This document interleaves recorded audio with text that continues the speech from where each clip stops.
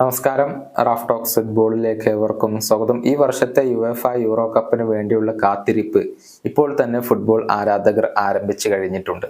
നമുക്കറിയാം, ജൂൺ 14-ാം തീയതി മുതൽ ജൂലൈ 14-ാം തീയതി വരെ ഒരു മാസക്കാലമാണ് യൂറോ കപ്പ് നടക്കുന്നത്. ഇത്തവണ ജർമ്മനിയാണ് ആതിഥേയത്വം വഹിക്കുന്നത്. കടുത്ത പോരാട്ടങ്ങൾ യൂറോ കപ്പിൽ കാണാൻ കഴിയും എന്നുള്ള പ്രതീക്ഷയിലാണ് ഇപ്പോൾ ഫുട്ബോൾ ആരാധകർ ഉള്ളത്. നേരത്തെ തന്നെ ഇതിന്റെ ഗ്രൂപ്പ് ഘട്ട നിർണയം പൂർത്തിയായിരുന്നു. പക്ഷെ കുറച്ച് പ്ലേ ഓഫ് മത്സരങ്ങൾ കൂടി ബാക്കി ഉണ്ടായിരുന്നു.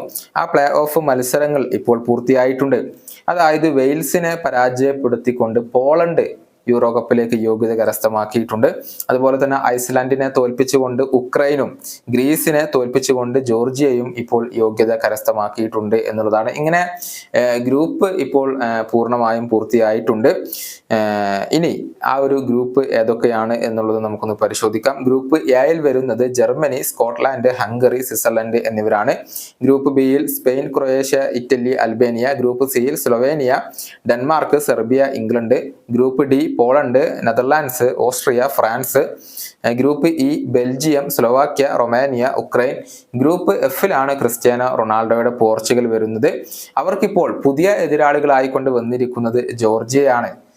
ജോർജിയക്ക് പുറമെ തുർക്കി, ചെക്ക് റിപ്പബ്ലിക് എന്നിവർ ഈ ഒരു ഗ്രൂപ്പിലുണ്ട്. ഇവരൊക്കെയാണ് ഇപ്പോൾ പോർച്ചുഗലിന്റെ എതിരാളികളായിക്കൊണ്ട് വരുന്നത്. ഏതായാലും നിലവിലെ യൂറോ കപ്പ് ജേതാക്കൾ അത് ഇറ്റലിയാണ്. ആരായിരിക്കും ഇത്തവണത്തെ യൂറോ കപ്പ് നേടുക എന്നറിയാനുള്ള കാത്തിരിപ്പിലാണ് ഇപ്പോൾ ഫുട്ബോൾ ആരാധകരുള്ളത്. ഈ വീഡിയോയുടെ അവസാനിപ്പിക്കുന്നു. കാണാം.